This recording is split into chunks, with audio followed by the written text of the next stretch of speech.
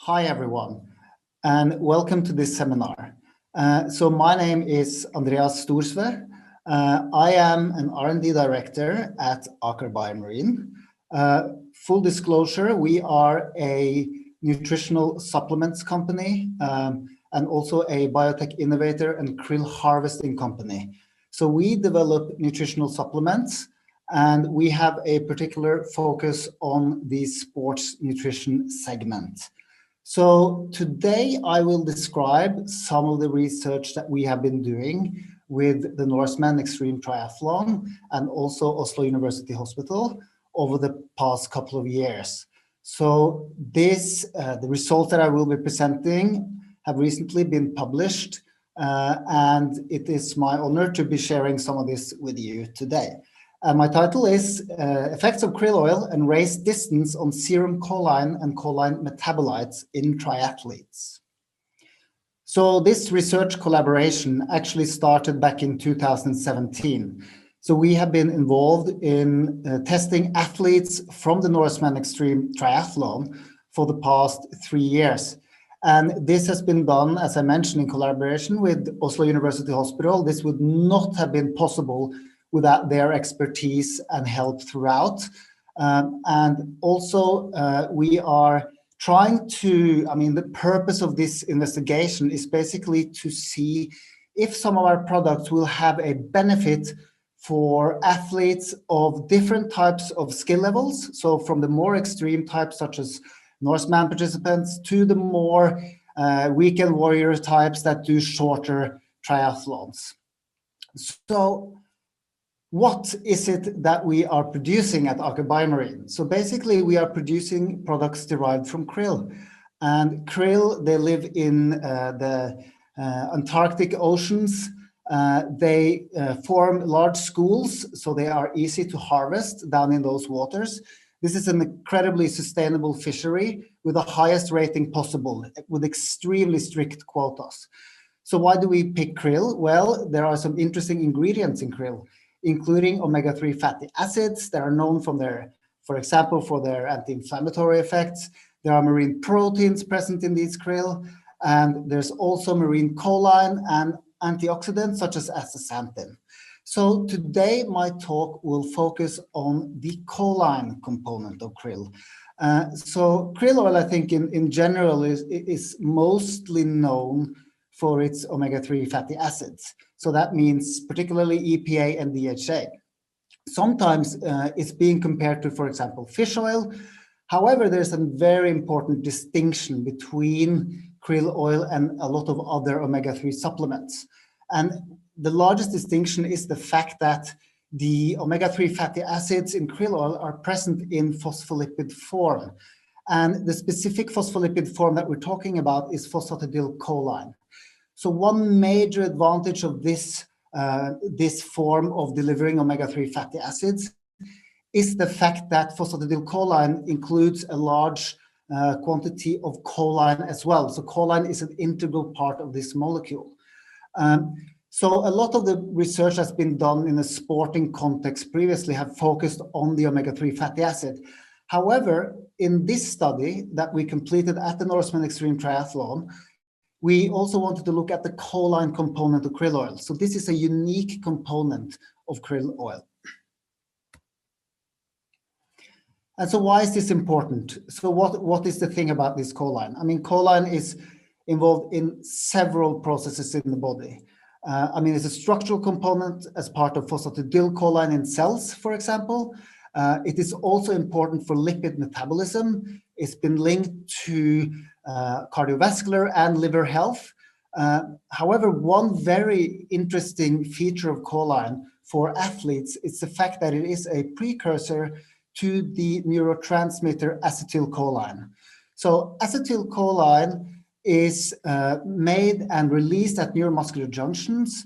It does stimulate muscle contractions, and we know from preclinical studies that if you limit the availability of choline, you do limit the availability of acetylcholine in the synapse, which may also impact your muscles' ability to contract.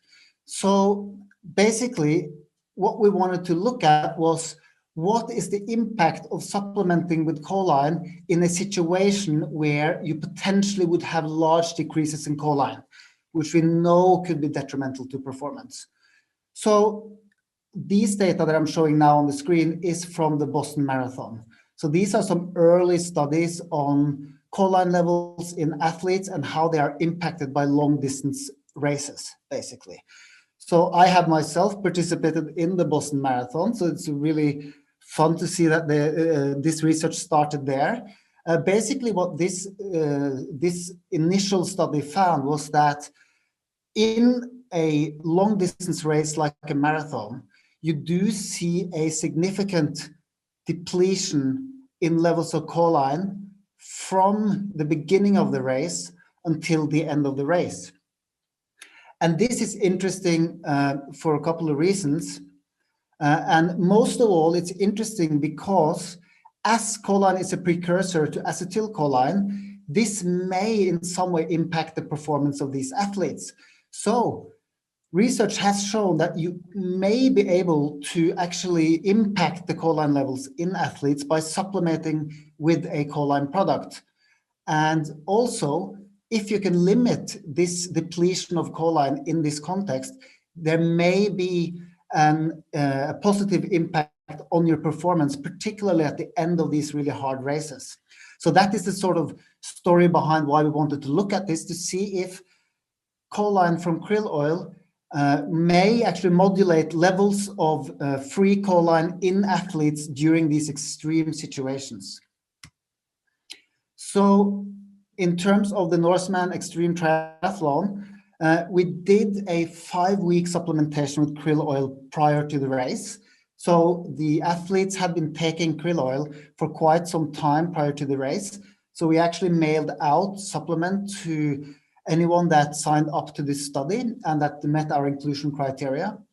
And then we measured their choline levels at the beginning of the race, so just before, the day before the race start. And then we measured it again just after the race. So this was actually at the finish line. And then a third time, 1 day after the race. And in order to compare and contrast, I mean, Norseman is a very extreme setting. Norseman is not representative for most triathlons. So we also wanted to see how this compared to a more normal triathlon, such as the Oslo Triathlon. So this is an Olympic distance race. So it's much shorter in duration than the Norseman Triathlon. And we thought it would be interesting to see if you could also get some depletion of choline in the more short races. So prior to the start of the study, there was no significant differences between the characteristics of the groups. So there's no pre-race bias here in terms of favoring one group over the other. So it seems to be that these are evenly factors are evenly distributed across the two groups. So age-wise, it looks the same between the krill oil and placebo group. BMI is the same. Exercise is very high, around 13 hours per week for both the krill oil and placebo group. Total race time in the Norseman was 844 minutes on average in the krill oil group, 881 in the placebo group. So this is a very long race. And in the more regular distance triathlon, we had an average time of 136 and 121 minutes. So these were both Olympic and sprint distance participants, just to point that out. So there was no difference between those two shorter distances. So we combined those two groups into a regular distance triathlon group. So how was choline impacted by participating in these races? So if we look at the top graph here, the A, that is the Norseman Xtreme Triathlon. So the solid lines are the krill oil group, the dashed lines are the placebo group. So the first thing I want to draw your attention to is the fact that as has been observed in previous studies, such as the Boston Marathon, there is a very large decrease in free serum choline in these athletes. So from prior to the race to the end of the race, in the Norseman Xtreme triathlon, there is a decrement of 34%, which is substantial. However, it's also worth pointing out that in the Oslo triathlon, which is the bottom graph here, there was also a reduction in choline on average from start to finish. And this was on average 15%. So that is the first thing I want to point out. So both the long distance and the shorter distance triathlon did produce a substantial decrement in choline across the race. Furthermore, and one important feature to point out is that on average, so if you average across these races, on average, there was a higher level of choline in the krill oil group relative to the placebo group.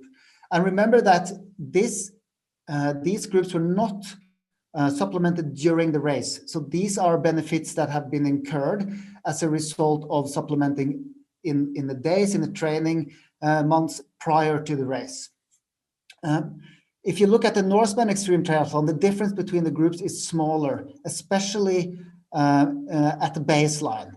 The reason for this is potentially, although we don't have amazing data on this, there are suggestions that this is due to the fact that there is a lot more pre-race loading of nutrients in the race like the Norseman. Whereas in the shorter races, people pay less attention to that.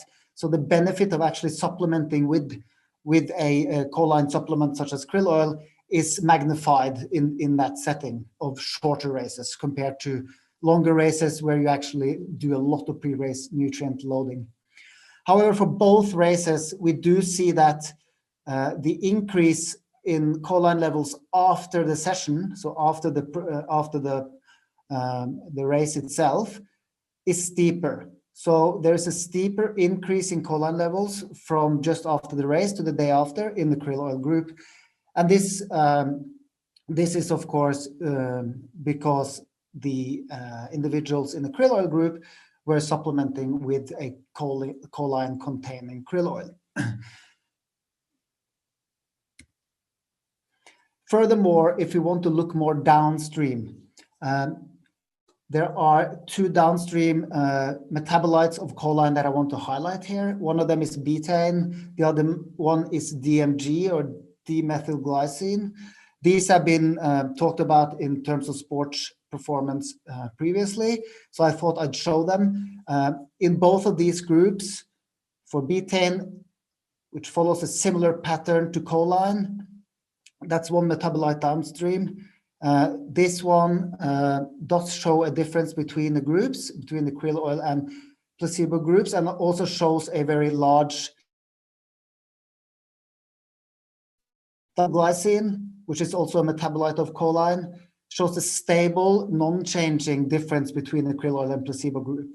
And without going too much into the details of why this is important, I want to just state that in terms of further emphasizing the point that we're able to increase choline, these are also very nice evidence.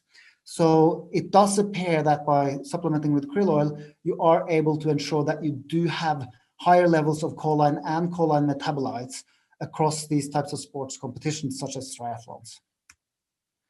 So if we want to make any conclusions, I think that just to point this out first, krill oil is different from a lot of other omega-3 sources in that it does provide choline as part of the package.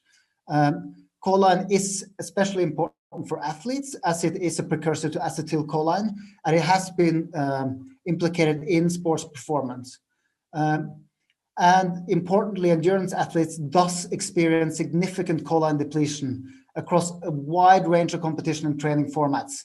And longer distances thus produce much more magnified reductions in choline. So I think that this is not only relevant in terms of performance in competitions, but of course, when you compete, you also do a lot of training. So choline depletion in terms of hard training would also probably mean that you would have to ingest more choline in these periods of training. So supplementation with krill oil does increase overall levels of circulating choline in endurance athletes. And I think this study, I mean, it's a field study, so it was conducted in an actual training and competition setting, and it may, in that sense, be quite representative of how athletes actually behave. I mean, the Norseman is a huge goal for many athletes, so we have done as little intervention as possible in order to ensure that these athletes prepare in the way that they most want to. And that also adds to the sort of ecological validity of this study. However, there are also, of course, some constraints coming from this in terms of not being able to control every single factor surrounding the athletes. Interestingly, I think that our results, it may actually be used as a practical guide for triathletes to establish optimal year-round training and race day nutritional strategies. And so if you want to read the original research paper, it is published in Frontiers in Nutrition with the same title as this talk. And it is a paper authored by some of the scientists here at Aker Biomarine in collaboration with our colleagues at the Oslo University Hospital, which have done a massive contribution to this study, and that have been very important in order to be able to complete such a project. So we are very grateful to them and also to the Norseman organization for allowing researchers to actually conduct research in this very unique setting. There are not many studies like this that has been conducted, and there's a reason for that. It's really difficult, and it requires a lot of trained staff and also an event organizer that are open to these opportunities. So we'd like to thank the Norseman organization as well. And with that, I say thank you, and I hope you enjoyed the talk.